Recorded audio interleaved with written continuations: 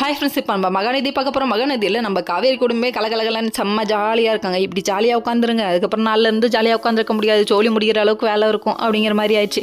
அதுக்கப்புறம் இவங்க 2 பேரும் அக்காவும் தங்கச்சி பேசினதை நினச்சி ஆனந்தப்பட்டுக்கிறாங்க. எப்படி பேசினாங்கன்னு விஷயத்த சொல்ல, இது மாதிரி கடைசி வரையும் என் புருஷன் கஷ்டப்பட்டு சம்பாரிச்சது கண்டிப்பாக என்ன நோக்கி வராது அந்த பணம் அப்படின்னு சொல்லி பார்த்துட்டு இருக்காங்க. கவலைப்படாதீங்கம்மா, என்னைக்கு இருந்தாலும் கஷ்டப்பட்டதோட உழைப்பு கண்டிப்பாக கடவுள் திரும்ப கொடுப்பாரு அப்படின்னு சொல்லிட்டு அவங்களுக்கு ஒரு ஆறுதலை போட்டாச்சு. அதுக்கப்புறம் அக்காவும் தங்கச்சி இவங்கெல்லாம் கிண்டலும் கேலியுமா பேசி சிரிச்சிட்டு இருக்காங்க. கங்காவை பார்த்து நீ எப்படி வந்துட்டு ஹஸ்பண்டை கைக்குள்ளே போட்டிருக்கேன்னு கேட்குறாங்க. ஏன்னா அந்த மிரட்டு ஏமா நீ மிரட்டில் பார்க்காதடி, முறைச்சு பார்க்காத, முட்டைக்கண்ணு வெளியே விழுந்துரும் கலண்டு அப்படின்னு சொல்கிறாங்க.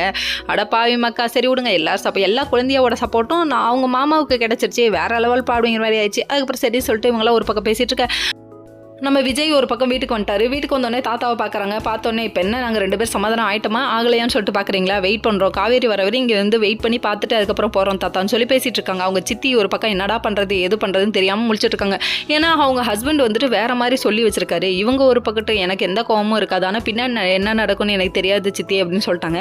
இதுக்கப்புறம் ஏதாவது பிரச்சனை வந்துச்சுன்னா கண்டிப்பாக என்ன நடக்க போகுது, நான் யார் சைடு இருக்க போகிறேன்னு எனக்கு தெரியாது, அது எதாக இருந்தாலும் பார்த்துக்கலான்னு இவங்க ஒரு பக்கத்து சொன்னேன்னு என்னடா அது அவர் அப்படி சொல்கிறாரு இவன் எப்படி சொல்கிறான்னு சொல்லிட்டு யோசிச்சுட்டு இருக்காங்க. 2க்கு இடையில மாட்டிட்டு முழிக்கிறதே இந்த பொம்பளைங்களோட வேலை. பாவம் வீட்டில் உள்ள பொம்பளைங்களாம்.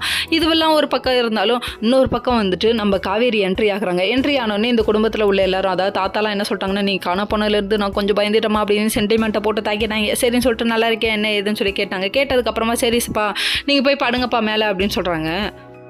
சொல்லிட்டு தாத்தா கிளம்பாமே நின்றுட்டு இருக்காரு. என்னடா அது கிளம்பாம நின்றுட்டு இருக்காருன்னு சொல்லி கேட்க, உங்களுக்கு பிரச்சனை சரியாயிடுச்சு இல்லை எனக்காக நீங்கள் வந்திருக்கீங்களா அப்படின்னு சொல்லி கேட்குறாங்க. ஏங்க இதுக்கே இவ்வளோ ஃபீல் பண்ணுறீங்கன்னு 7 மாதத்தில் பிரிய போகிறாங்களே, அப்போ என்ன பண்ணுவீங்க அப்படிங்கிற மாதிரி தான் இருக்குது.